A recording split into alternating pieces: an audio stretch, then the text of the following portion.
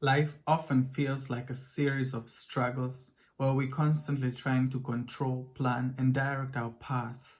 We think change happens through deliberate effort, through sheer willpower and action. But sometimes the most profound transformations don't come from struggle.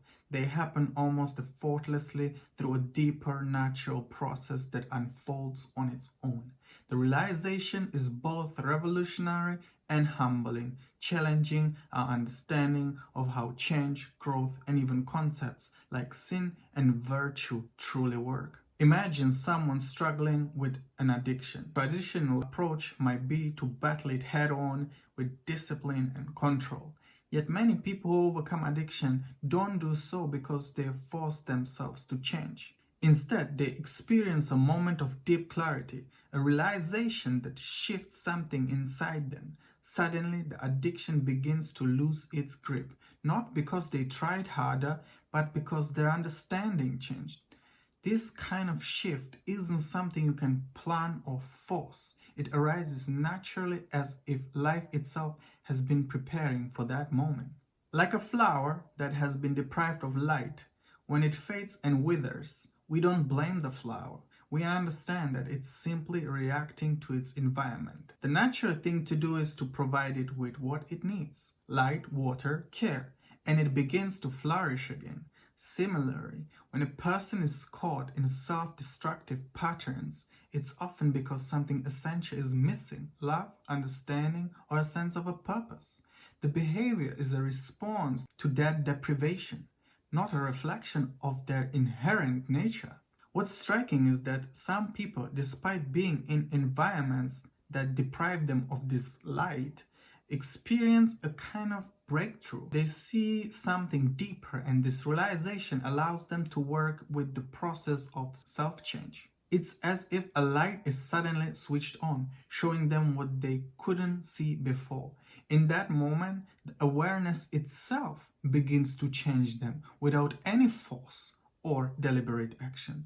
The kind of effortless change can be seen in many areas of life. Take the example of learning. Imagine someone who knows nothing about electricity but suddenly finds themselves curious. They don't plan every step of their journey, let alone the curiosity itself. They simply follow their curiosity, one thing leading to another: a book, a conversation, a video. Before long, they have a deep understanding, not because they meticulously mapped out the path, but because they allow themselves to be guided by their interest. What's happening here is a form of a change that doesn't come from control, but from allowing, from being open to where life leads us. In Taoism, there's a concept called Wu Wei, which means actionless action or effortless doing. It describes a way of being where you flow with life rather than fighting against it. When you're in this state, things still get done, but they happen naturally, without forcing. It's a gentle, intuitive process where the right things seem to fall in place when the time is right. Sometimes the most powerful transformations are the ones that happen when we are not actively trying to change at all. It's like the way inventions often emerge, not through a rigid plan, but from a moment of unexpected clarity. The inventor wasn't necessarily trying to solve a problem at all at that exact moment. They might have been doing something entirely unrelated, and suddenly the idea clicked. These breakthroughs weren't forced. They arose naturally, almost by an accident, and changed everything. This approach offers a new way of thinking about things like sin and morality. Traditionally, sin is seen as a moral failing, a deliberate act of wrongdoing. But what if sinning is less about willful disobedience and more about a deviation from our natural state of being? When the environment or circumstances deprive us of the things we need to thrive, like a flower deprived of light, we naturally malfunction. Our behaviors, even the harmful ones, can be seen as attempts to cope, to find some sense of balance in an imbalanced state. But pain, in this view, becomes a kind of language, a way that life communicates to us that something isn't right. Pain forces us to pay attention. It's like a signal that draws our awareness to where it's needed, to parts of ourselves that are neglected or misunderstood. Through this lens, pain isn't just something to be avoided. It's a messenger guiding us to deeper self-awareness and ultimately change. Think about how this plays out in your own life. Maybe you've experienced times where you tried desperately to make something happen, only to be met with resistance. And then there was moments when things just clicked. A conversation that led to unexpected opportunities, a project that flowed effortlessly, or a realization that changed everything.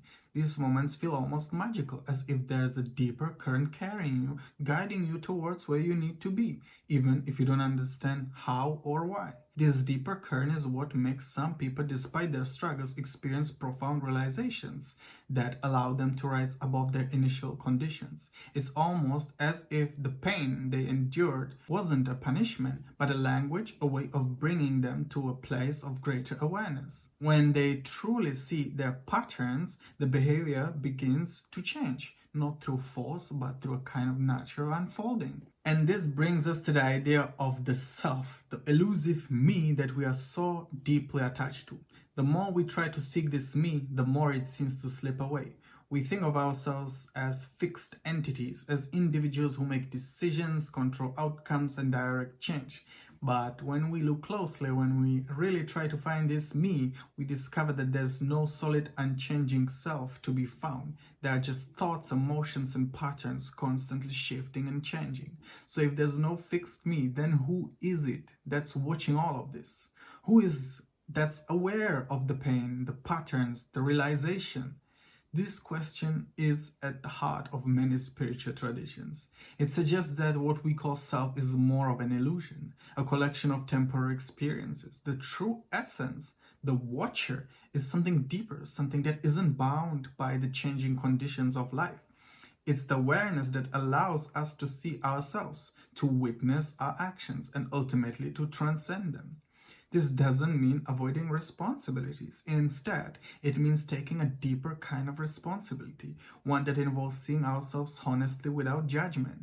The key is not to force change, but to create an environment where change can happen naturally. Just as we wouldn't blame a flower for wilting, we don't have to condemn ourselves or others for struggling. We can ask what is missing here, what light or understanding is needed for growth.